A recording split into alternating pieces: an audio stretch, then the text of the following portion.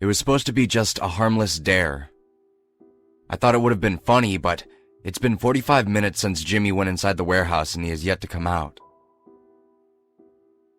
Let me back up a little. Jimmy is a good friend of mine.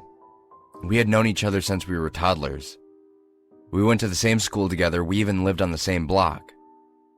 I wouldn't go as far as to say we were inseparable, but we did a lot of stuff together. From parties to bar hopping, we'd pretty much be there. So, after a night of drinking, Jimmy and I were making our way home, if you can call drunkenly stumbling down the streets making your way. I mean, it was hard enough for me to walk straight, and Jimmy drank close to double what I had. He actually tripped over his own foot a few houses back and fell onto a mailbox which snapped under his weight. He abruptly sat up with the mailbox in hand and, with a straight face, said, "You've got mail," which caused me to fall down laughing. So, to spell it out, we were just a couple of drunk idiots. As we walked down a few roads, it quickly became apparent that we were lost. I mean, we were still in the same city, but lost nonetheless. In an attempt to get our bearings straight, we came across some train tracks. It was actually pretty ominous, as the crossing only had one dim yellow light illuminating it. Of course, Jimmy crept up behind me and screamed, "Choo-choo!" in my ear. In return, I shoved him as he cackled his way across the rusted tracks. In the distance, surrounded by a light coat of fog, we could make out a warehouse of sorts. It appeared to be abandoned, what with the broken, dirty windows and the healthy coating of rust it had on the doors. That's when an idea wormed its way inside my head. "Jimmy, I dare you to go inside and steal something." The sloppy look he gave me in response was actually quite humorous.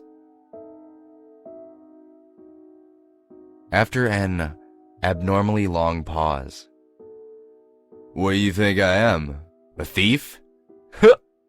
He responded with a hiccup. I just shrugged and replied, "Well, actually, you did steal that CD yesterday at the mall." He just laughed as he made his way towards the rundown building. While he pulled on the flimsy metal door, it creaked so loud it seemed to cut through the night for miles. Jimmy just looked back at me and said, "Excuse me, I had a few burritos for dinner." We both laughed as he disappeared into the dark warehouse. A few minutes passed by as I paced around outside, picking up rocks and throwing them. A few minutes quickly turned into 10, and then 20. At the half-hour mark, I chucked a rather large rock at the metal siding and shouted, "Dude, come on, I'm bored. Let's go." Nothing responded. I instantly expected a jump scare. I was fully prepared for Jimmy to find a way to scare the crap out of me. More minutes passed, and I told Jimmy that if he wasn't going to come out, I was just going to go head home by myself. I even faked saying, "See you later," and took a few steps away from the building. After that, I was genuinely starting to grow worried. Walking back up to the building, I told him that if he jumps out and scares me, I will take great pleasure in beating the literal crap out of him. I walked up to the door and pulled it open. Taking a cautious step inside, I was surrounded by total darkness. It was shocking how dark it actually was inside this flimsy shack. I could barely see my own hand. Calling out to Jimmy as I carefully took a few steps inside, he didn't respond. Feeling my heartbeat increase as I was anticipating that inevitable boo, I took one more step. As my foot came down, it failed to find the ground and I fell. I must have fallen 20 feet into a hole in the ground. The impact knocked me unconscious. When I came to, my body ached with pain all over. Wondering how I survived that drop, I placed my hand on the ground to push myself up. A cold, sticky substance coated my fingers.